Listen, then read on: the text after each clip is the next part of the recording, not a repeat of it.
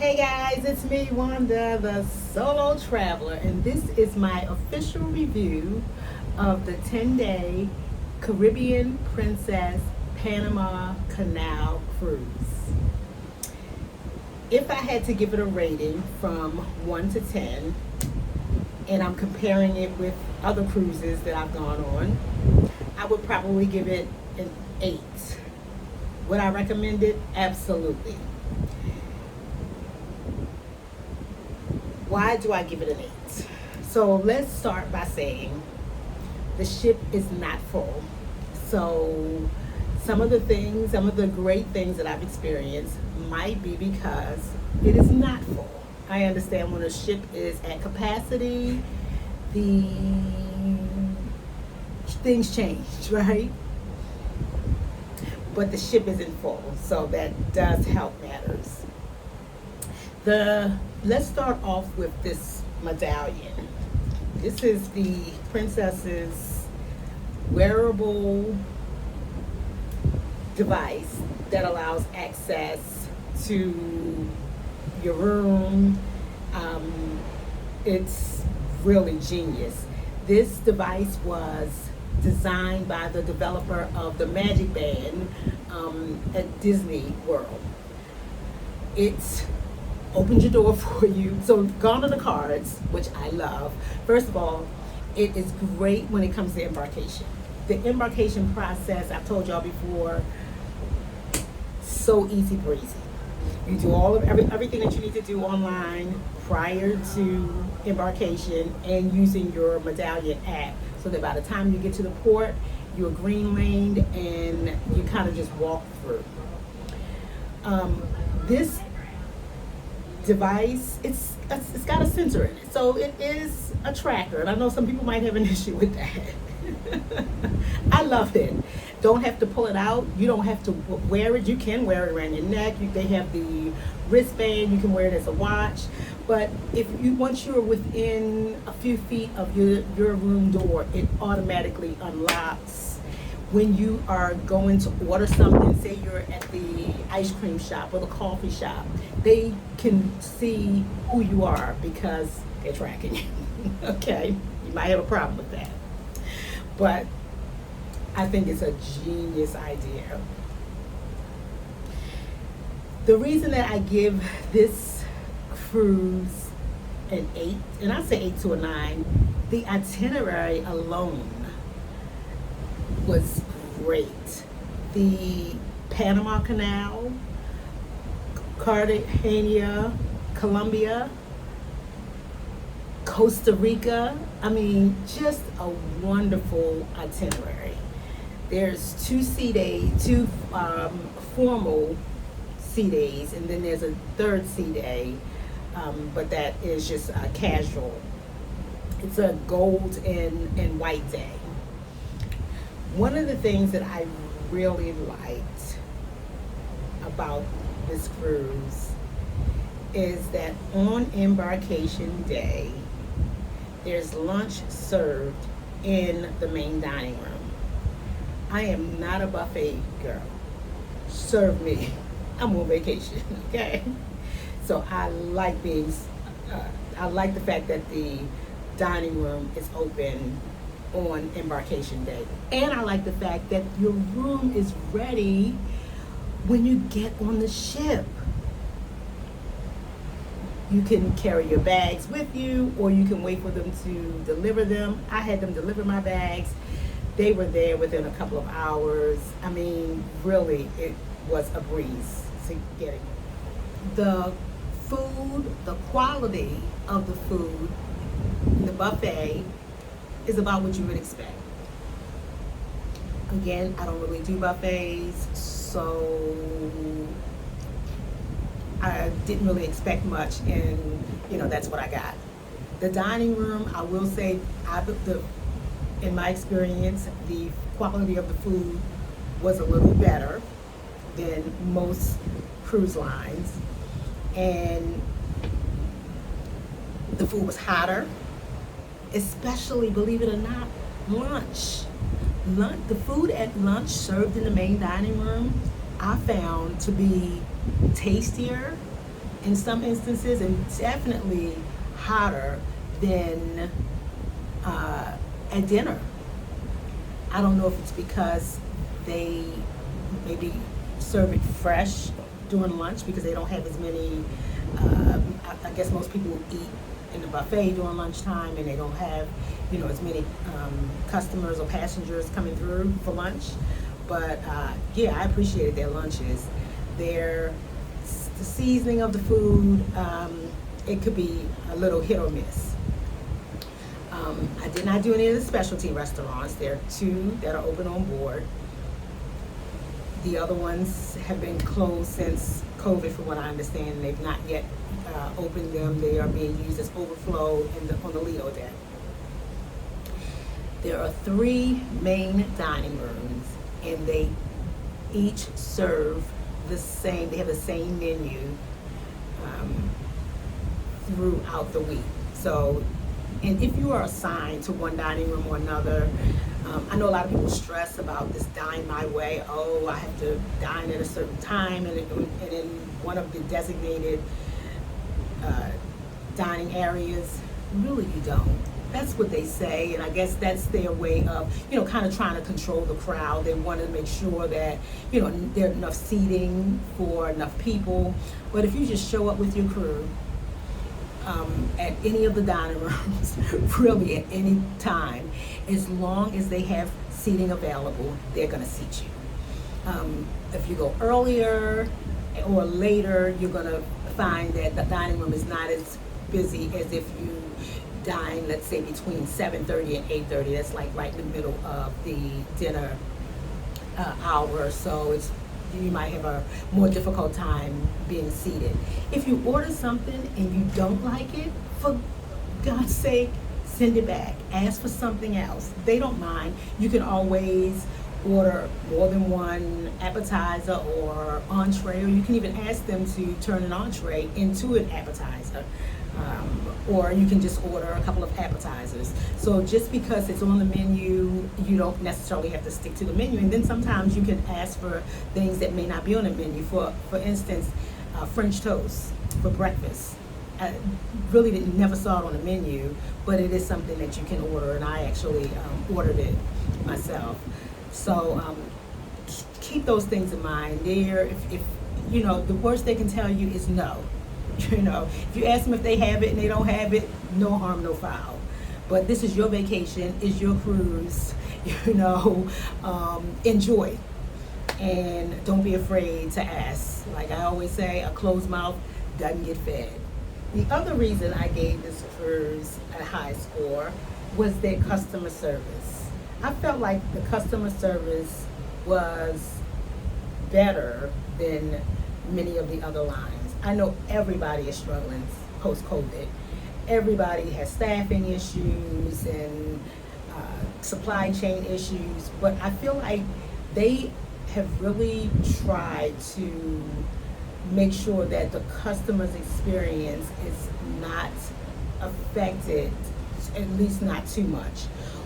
One of the things, so as soon as you get on a cruise, as soon as you get on a ship, or as soon as I got on a ship, I noticed the number of people there were, the number of crew that were around, waiting for you to ask, actually wanting to help you get to your cabin or show you how to get from point A to point B. It wasn't just greeting you, but really being there to assist you. And I've noticed that throughout the last couple of weeks. They all speak, whether you're walking past one time or 10 times. Yeah, I'm sure they are overworked, but you don't necessarily see it. You might see some cases here or there, but not necessarily. I think they really work to make sure that that they are maintaining their quality.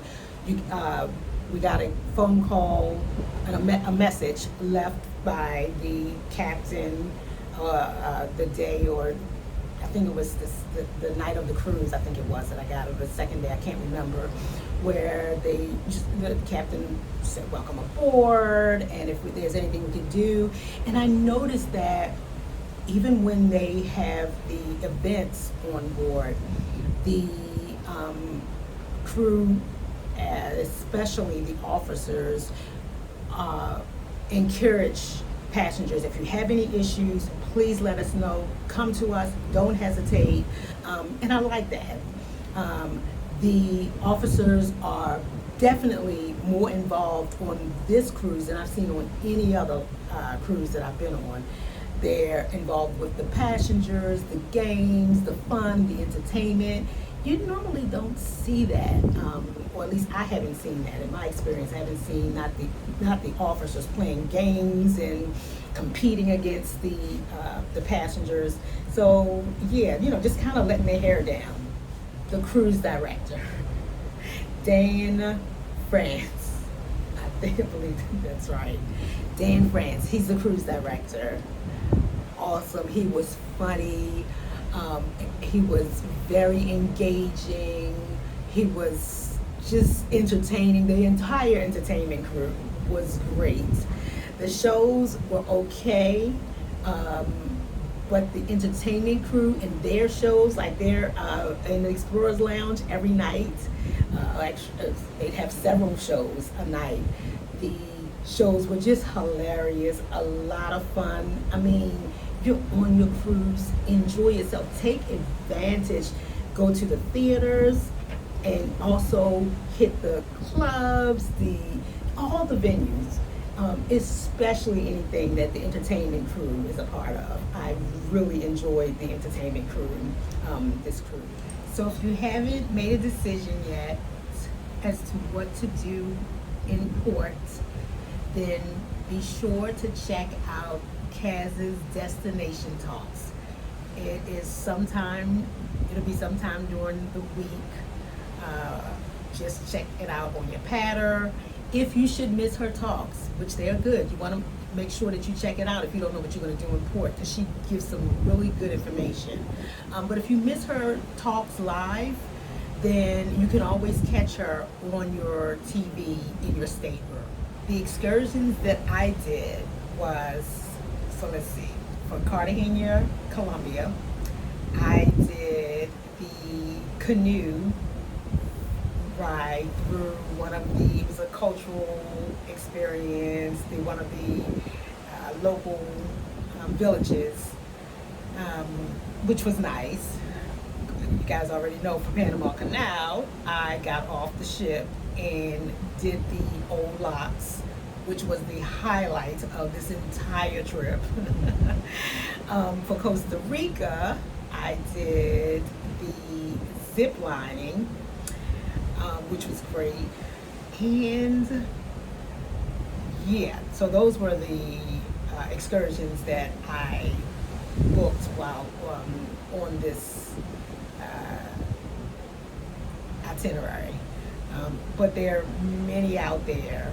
If you don't, I know I've said this before, but if you do not book an excursion for Panama, you will not be able to get off of the ship until the ship docks, which will be several hours after the ship actually gets into Panama, because it has to go through the canals and through the locks and back before it actually docks. So that's why on your itinerary you see 2 different times and 2 places for Panama.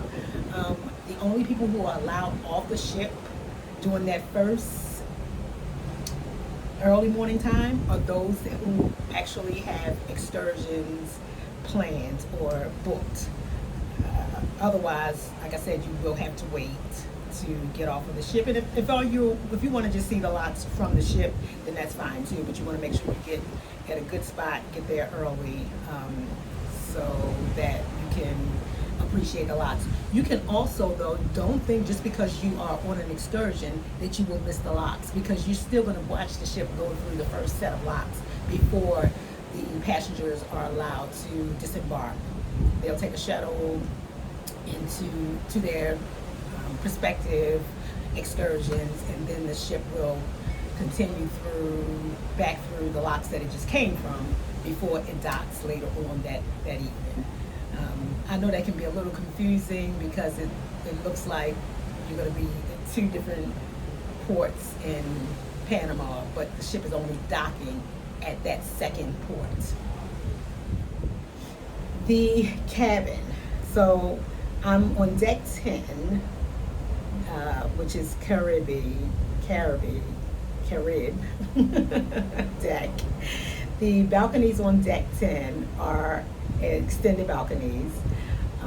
The room size is a little smaller than some of the other lines that I've cruised for a balcony, but it's just me. The bed, comfortable. Love the bed. You gotta make yourself get out. Again, if you need more pillows, blanket, bathrobes, all you have to do is request it. You know what? You don't even have to leave your room. You can request it from your app, from your Medallion app. That's the thing I didn't talk about. I talked about the Medallion itself, but it works in tandem with the app that's on your phone. That app, you can order food, you can order drinks, you can order things that you might need in your room. You can find places on the ship. You can find people on the ship. The Medallion app, you can check out the excursions, and even I think you can book the excursions as well, but don't quote me on that. Of course, you can check out your account. There's so many things you can do in that app. That app is great.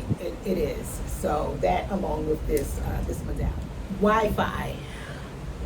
Wi-Fi can be a little hit or miss. I think it's been a little better this cruise, again, because we're not full. But if you're looking to stream videos, it's probably not going to happen. Audio, yes. But you know what? They've got more channels that are included than on this ship than any other line that I've traveled.